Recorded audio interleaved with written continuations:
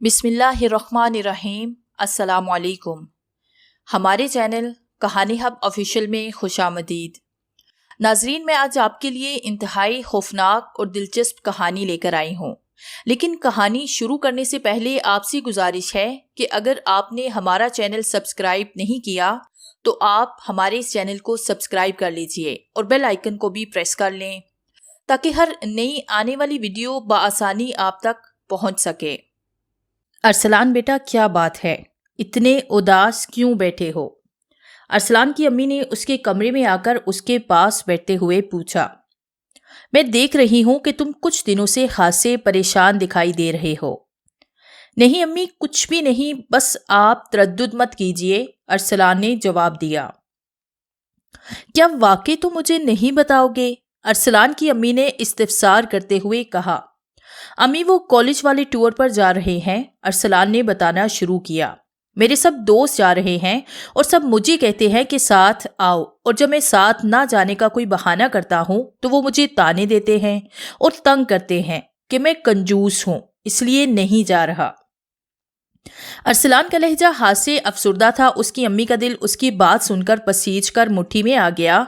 بس اتنی سی بات پر تم منہ لٹکائے بیٹھے ہو، ارسلان کی امی نے سرزنش کرتے ہوئے کہا۔ جلدی سے تیاری کرو اور کالج آ کر ٹور لسٹ میں اپنا نام درج کرواؤ، اور پیسوں کی تو بالکل ہی فکر مت کرو۔ اس کی امی اس کے بالوں میں ہاتھ پھیر رہی تھی جبکہ اس کی آنکھیں حلا میں کسی نقطے پر مرکوز تھی۔ ارسلان، جسے سب پیار سے شانی کہتے تھے، امی کی بات سن کر اسے کافی حیرانگی ہوئی۔ اسے واقعی امی سے اس جواب کی توقع نہیں تھی۔ مگر امی، ارسلان نے بولنا چاہا لیکن اس کی امی نے اسے چپ کروا دیا۔ جو کہا ہے وہ کرو، اس کی امی نے اسے پیار سے گلے لگا کر کہا۔ اٹھو اور ناشتہ کر کے کالج جاؤ، فوراً لسٹ میں اپنا نام اندراج کرواؤ، کہیں ایسا نہ ہو کہ نشستیں پوری ہو جائیں اور تم دیکھتے رہ جاؤ۔ میں تمہارے لیے کپڑے وغیرہ سب کچھ پریس کر دوں گی آج ہی۔ کتنے دن رہتے ہیں ٹور پر جانے کے؟ امی، 7 دن، شانی نے مختصر بتایا اور سوالیہ نگاہوں سے اپنی امی کو دیکھا۔ اوکے، اس کی امی اس کے بال سہلاتے ہوئے بولی۔ جلدی سے ناشتہ کر کے نیچے آؤ، اب دیر مت کرنا۔ شانی کی امی اسے ہدایات کرتی ہوئی کمرے سے باہر نکل گئی۔ شانی خوشی سے پھولے نہیں سما پا رہا تھا، وہ خوشی سے باغ ہو گیا تھا۔ خوشی سے اچھلتے کودتے وہ باتھ روم میں داخل ہو گیا۔ زندگی میں آج پہلی بار وہ اتنا زیادہ خوش ہوا تھا۔ اسے ابھی تک یقین نہیں ہو رہا تھا کہ وہ کالج ٹرپ کے ساتھ جائے گا۔ اس کے والد کی وفات کے بعد حالات کی بدلتی کروٹ نے دونوں امی بیٹے کو جیسے جیسے حالات سے دوچار کیا تھا، یہ تو وہی دونوں جانتے تھے، مگر حالات کے آگے ہتھیار ڈالنے کی بجائے مسز احسان نے دن رات محنت کرنے، اپنے بیٹے کے اچھے مستقبل کے لیے لوگوں کے کام کاج کر کے، کپڑے سلائی کڑھائی کر کے حالات کا مقابلہ کیا تھا۔ وہ صرف اپنے بیٹے کا اچھا مستقبل دیکھنے کی خواہاں تھی۔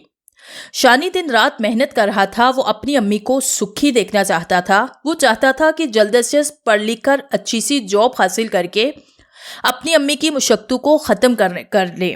اس نے کئی بار پارٹ ٹائم جاب کرنے کی کوشش کی لیکن اس کی امی نے اسے سختی سے منع کر دیا اور تنبیہ کی کہ ابھی تمہیں کام کرنے کی کوئی ضرورت نہیں، بلکہ کام کی بجائے پڑھائی کی طرف توجہ دو تاکہ اچھے نمبرز حاصل کر کے اچھی سی جاب حاصل کر سکو۔ شانی نے انٹر میں اچھے نمبروں سے پاس کیا تھا، جس کی وجہ سے یونیورسٹی میں اسے ہاتھوں ہاتھ لیا گیا تھا۔ کالج میں یادگار کے طور پر اسٹوڈنٹس اور ٹیچرز نے ایک ٹور کا ارادہ بنایا تھا تاکہ ان یادگار لمحوں کو ہمیشہ ہمیشہ کے لیے یاد رکھا جائے۔ یہ ٹور 15 دن کا تھا، جس کے لیے اسپیشل ایک کالج بس بک کر لی گئی تھی۔ اتفاق سے وہاں ساتھ جانے والی ایک ٹیچر کے قریبی رشتہ دار کی ایک عالیشان حویلی خالی پڑی تھی، جس کی وجہ سے ٹور کے 15 دن وہیں گزارنے کا ارادہ بنایا گیا تھا۔ یہ ٹور مڑی جیسے خوبصورت علاقے میں جا رہا تھا تاکہ فل انجوائے کیا جائے۔ اسی ماہ کی 14 تاریخ کو یہ ٹور روانہ ہونا تھا۔ سب دوست کینٹین میں بیٹھے آنے والے حالات کے بارے میں ڈسکس کر رہے تھے۔ یہ ٹوٹل 9 دوست تھے۔ اس ٹور پر ٹوٹل 13 لوگ تھے، جن میں 9 طالب علم اور 4 ٹیچرز تھے، جن کے نام امجد، افضل، آصف، مقصود، ارسلان، جمیل، عالیہ، کائنات، نازیہ، جبکہ ٹیچرز میں ٹیپو، حفیظ، کیسر اور میڈم انیلا شامل تھی۔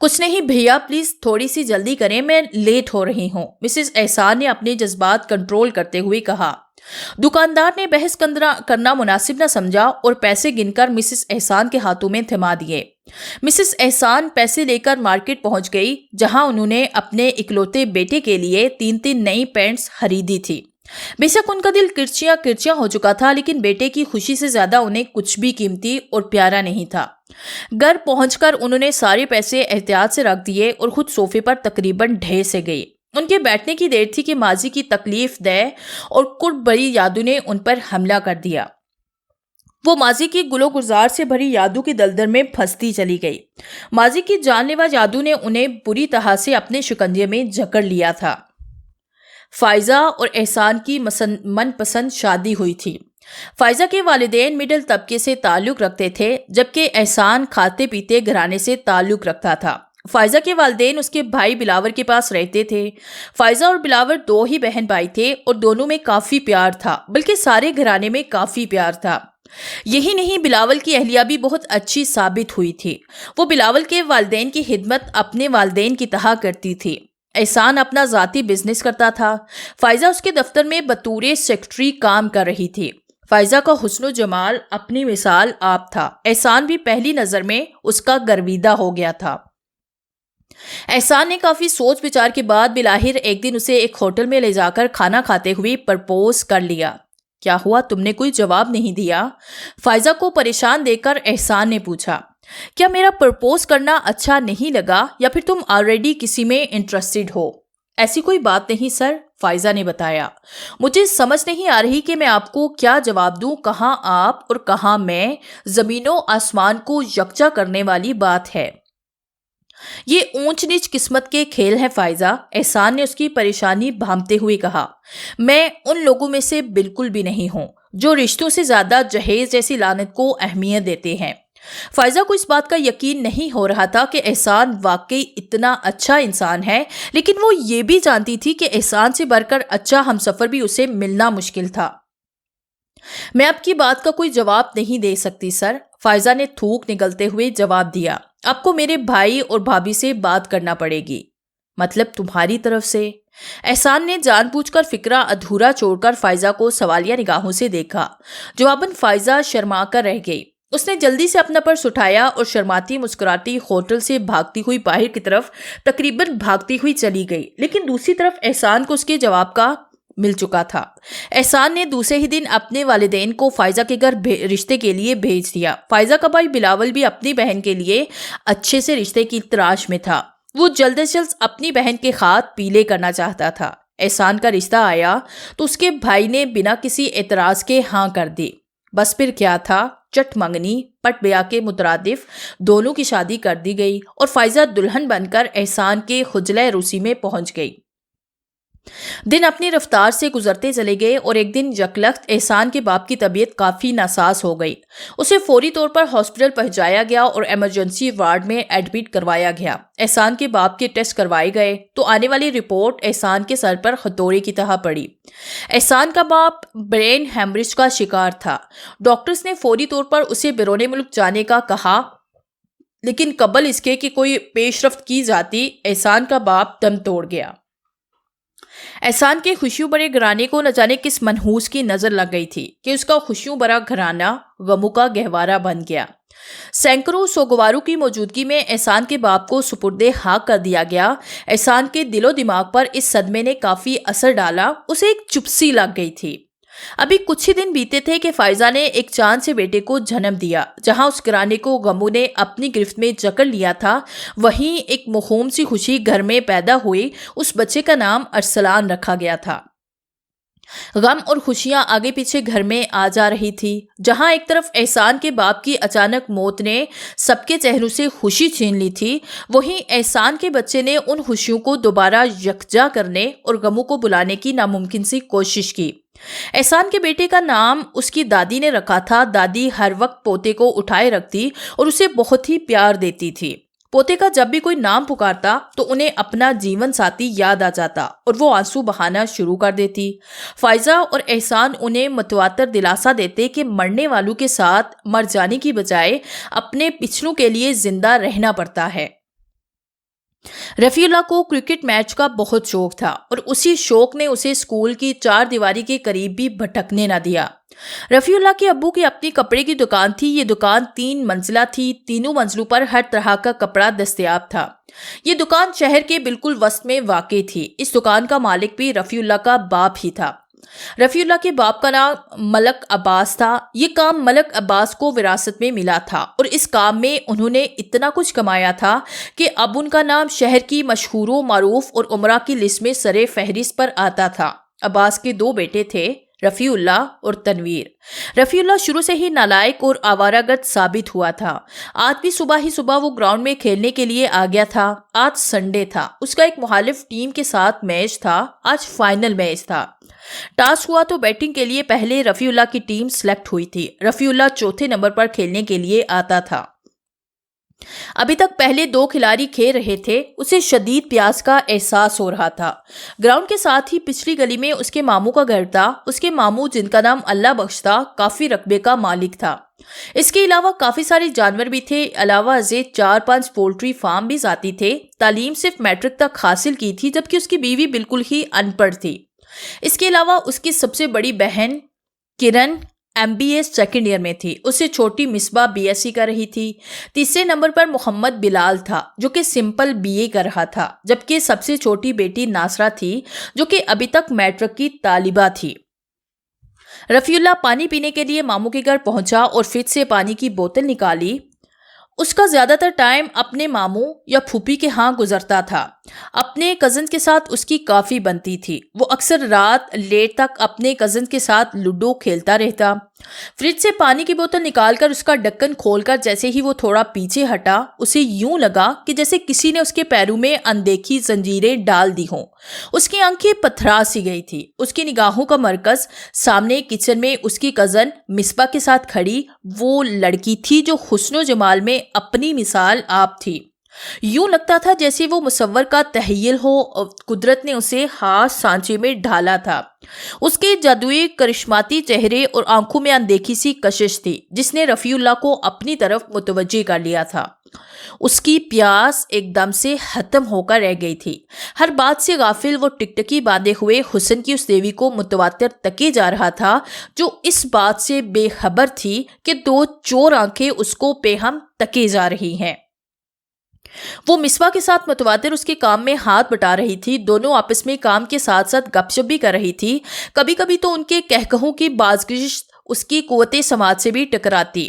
تبھی یکبارگی اس ماجبین کی نگاہ رفیع اللہ پر پڑی، جو اس بات سے ناآشنا تھا کہ اس کی چوڑی پکڑی گئی ہے۔ اس ماجبین نے فوراً مصباح کو بتایا تو مصباح اسے مسکراتے ہوئے کچن میں چھوڑ کر رفیع اللہ کی جانب بڑھی۔ رفیع اللہ کو اپنی چوری کے پکڑ جانے کا احساس ہو گیا تھا، جس کی وجہ سے وہ ایک دم تھوڑا پیچھے ہو کر کھڑا ہو گیا اور نہ چاہتے ہوئے بھی اس نے پانی کی بوتل کو منہ سے لگا لیا۔ کیوں جی، یہ کیا طریقہ ہے چوروں کی طرح گھر میں گھسنے کا؟ مصباح نے کمرے میں داخل ہوتے ہی کہا۔ اور پھر چوری چھپے میری دوست کو ٹکٹکی باندھے دیکھنا، کیوں خیریت تو ہے نا؟ مصباح بات کرتے ہوئے بالکل رفیع اللہ کے سامنے کھڑی ہو گئی اور اس کی آنکھوں میں بغور دیکھنے لگی۔ نہیں، ایسی کوئی بات نہیں۔ رفیع اللہ نے چوری پکڑے جانے پر لا علمی کا مظاہرہ کرتے ہوئے کہا۔ اٹس اوکے، مصباح بولی۔ جناب آپ بتانا نہیں چاہتے تو میں چلتی ہوں، ابھی کافی کام پڑا ہے کرنے والا۔ مصباح کن اکھیوں سے اسے دیکھتے ہوئے کمرے سے دھیمے دھیمے قدموں سے چلتی ہوئی باہر نکلنے لگی۔ اس سے پہلے کہ وہ کمرے سے باہر نکلتی، رفیع اللہ نے جلدی سے آگے بڑھ کر اس کا ہاتھ تھام لیا۔ مصباح نے سوالیہ نگاہوں سے اسے دیکھا، لیکن رفیع اللہ کچھ بھی بول نہ سکا، بس شرما کر رہ گیا۔ 900 چوہے کھا کے بلی حج کو چلی، مصباح نے اسے چھیڑتے ہوئے کہا۔ یہ شرمندگی کے تاثرات کب سے اجاگر ہونا شروع ہو گئے؟ وہ دراصل رفیع اللہ نے بولنا چاہا، لیکن مصباح نے اسے چپ کروا دیا۔ وہ کیا کر رہے ہو؟ مصباح نے اسے سوالیہ نگاہوں سے گورتے ہوئے پوچھا۔ میں سمجھ گئی کہ جناب دل و جان سے میری فرینڈ پر فدا ہو چکے ہیں۔ رفیع اللہ مصباح کی بات سن کر چاہ رہا تھا کہ اسے بتا دے کہ وہ جو کچھ بھی کہہ رہی ہے سب ٹھیک ہے، لیکن اس میں اتنی ہمت نہیں ہو رہی تھی۔ کیا وہ کسی سے پیار کرتی ہے؟ بلاخر رفیع اللہ نے پوچھا۔ وہ ایسے چکروں میں پڑنے والی بالکل بھی نہیں، مصباح نے بتایا۔ وہ آج کل کی لڑکیوں کی طرح نہیں ہے جو ایک وقت میں 10 بوائے فرینڈز رکھتی ہیں۔ بہرحال تم ٹینشن نہ لو، میں بات کرتی ہوں، یہ کام تو چٹکی بجاتے ہی ہو جائے گا، کیونکہ میں جانتی ہوں کہ اس کا آئیڈیل کیسا ہے۔ مصباح کی بات سن کر رفیع اللہ سوچوں میں خود کو مصباح کی سہیلی کے ساتھ دیکھ رہا تھا، لیکن رفیع اللہ اس بات سے قطعی آشنا نہ تھا کہ اس کی کزن مصباح اس سے کس حد تک محبت کرتی ہے۔ مصباح نے کئی بار بتانا چاہا کہ وہ رفیع اللہ سے اظہار محبت کرے، لیکن وہ ہمیشہ یہی سوچتی تھی کہ رفیع اللہ بھی اس میں انٹرسٹڈ ہوگا۔ لیکن آج رفیع اللہ کا یہ نیا روپ اس کے خوابوں کو کرچیاں کرچیاں کر دینے کے لیے کافی تھا۔ اس کا من چاہ رہا تھا کہ وہ دیواروں سے ٹکرے مار مار کر اپنی جان دے دے، لیکن وہ اپنی خوشیوں کی خاطر رفیع اللہ کی خوشیوں کا گلا نہیں گھونٹنا چاہتی تھی۔ اس نے پکا ارادہ کر لیا تھا کہ وہ بہر صورت رفیع اللہ کی محبت کو پروان چڑھنے میں اس کی مدد کرے گی۔ نہ جانے اس ہستے بستے گھرانے کو کس کی نظر بد نے گھیر لیا تھا۔ احسان کو بزنس میں پے در پہ نقصان ہونے لگ پڑا تھا۔ سب احسان کے ہونے والے بیٹے کو منحوس کہنے لگے تھے، مگر احسان فائزہ کے ساتھ تھا۔ وہ جانتا تھا کہ ان الفاظ سے فائزہ کو کتنا دکھ ہوتا تھا۔ ویسے بھی شانی ان کا اپنا بیٹا تھا، ان باتوں سے اس کی بھی دل آزاری ہوتی تھی، لیکن وہ دل چھوٹا کرنے والوں میں سے نہیں تھا، کیونکہ وہ جانتا تھا کہ اللہ جسے چاہتا ہے عزت دیتا ہے اور جسے چاہتا ہے ذلت دیتا ہے۔ اس میں بھلا انسان کا کیا قصور؟ بات فاقو تک آن پہنچی تھی۔ پہلے پہل بزنس اور پھر گھر گروی رکھا گیا۔ انہیں دنوں احسان کی والدہ دنیا سے پردہ پوش کر گئی۔ اس حادثے نے احسان کی کمر توڑ کر رکھ دی تھی، وہ چور چور ہو کر رہ گیا تھا۔ ارسلان 3 سال کا ہو چکا تھا۔ ادھر گروی کی رقم ادا نہ کرنے کے عوض گھر، بزنس اور ساری پراپرٹی کی سرعام نیلامی کی گئی، جس کے بعد احسان کے پاس صرف اتنا کچھ بچا کہ عالیشان محل نما اس کوٹری کو چھوڑ کر فائزہ کے مائکے کے ساتھ اپنا ایک گھر لے لیا اور وہاں شفٹ ہو گیا۔ سسرال والوں سے بھی جہاں تک ہو سکا تھا انہوں نے ہر ممکن اس کا ساتھ دیا اور ہر وقت اسے دلاسا دیتے رہتے، مگر اس کا دل کرچیاں کرچیاں ہو کر رہ گیا تھا۔ اب تو وہ خود بھی بیوی اور اپنے بچے دونوں کو منحوس سمجھنے لگ گیا تھا۔ بیوی سے تو وہ شاذ و نادر ہی بات کیا کرتا تھا، مگر بیٹے کی تو وہ شکل بھی دیکھنا پسند نہیں کرتا تھا۔ وہ بھی یہی سمجھنے لگا تھا کہ اس کا بیٹا واقعی منحوس ہے، اس کی پیدائش اس کے گھرانے کی تباہی کا سبب بن رہا ہے۔ سب کچھ ہاتھ سے نکل چکا تھا۔ مکان کی خریداری کے بعد اس کے پاس صرف 9 لاکھ کی رقم بچی تھی۔ وہ چاہتا تو کوئی نہ کوئی کاروبار کر سکتا تھا۔ دوست احباب نے اسے حالات کا مقابلہ کرنے کی تلقین کی۔ فائزہ نے ارسلان کے معاملے میں اس سے کئی بار بات کرنا چاہی، لیکن اس کے کانوں پر جوں تک نہ رینگتی۔ ایک دن احسان دوپہر کے وقت گھر آیا تو ارسلان کو فائزہ نے کھانا دیا کہ جلدی جلدی اپنے بابا کو دے کر آؤ، اور خود اپنے کام میں مصروف ہو گئی۔ ارسلان کھانا لے کر اپنے بابا کے پاس پہنچا۔ اس وقت احسان کچن کی طرف منہ کیے بیٹھا تھا۔ ارسلان کھانا لے کر اپنے بابا کے پاس پہنچا اور بولا، بابا یہ کھانا کھا لیں۔ ارسلان نے نہایت ہی معصومیت سے اپنے بابا کو مخاطب کرتے ہوئے کھانا ان کے سامنے رکھنا چاہا۔ احسان نے غصے اور نفرت کے ملے جلے تاثرات سے اسے دیکھا۔ فائزہ اس وقت پانی کا جگ بھر کر کچن سے باہر نکل رہی تھی۔ احسان نے زور سے ہاتھ مار کر کھانا دور پھینک دیا اور ساتھ میں ارسلان کو بھی اتنی زور سے دھکا دیا کہ وہ اپنا توازن برقرار نہ رکھتے ہوئے پشت کے بل جا گرا۔ ارسلان امی کے قدموں سے چپک گیا اور بری طرح سے لرزتے ہوئے رونے لگا۔ فائزہ نے بیٹے کو اٹھا کر گلے لگایا اور پانی کا بھرا ہوا جگ وہیں رکھ دیا۔ اس منحوس کو دور رکھو مجھ سے، احسان نے غصے سے پیچ و تاب کھاتے ہوئے کہا۔ اس منحوس کی پرچھائی کیا پڑی مجھ سے؟ میرا سب کچھ چھین لیا اس نے۔ دوبارہ میرے سامنے بھی آیا تو میں اس کی جان لے لوں گا۔ یہ منحوس نہیں ہے مسٹر احسان۔ فائزہ پھٹ پڑی۔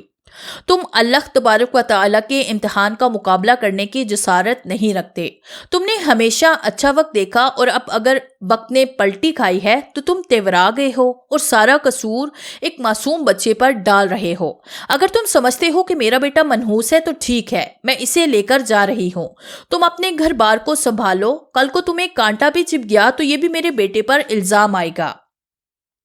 فائزہ روتی ہوئی بیٹے کو سینے سے لگائے گھر سے باہر نکل گئی، جبکہ احسان وہیں کھڑا غصے سے پیشانی پر بل ڈالے انہیں جاتا ہوا دیکھتا رہا۔ فائزہ اپنے میکے کا گئی غم و غصے کی آگ میں جلستے احسان نے سب کچھ بیچ دیا اور لندن چلا گیا۔ اس بات کی خبر جب فائزہ کو ہوئی تو اس کا دل پسیج کر مٹھی میں آ گیا۔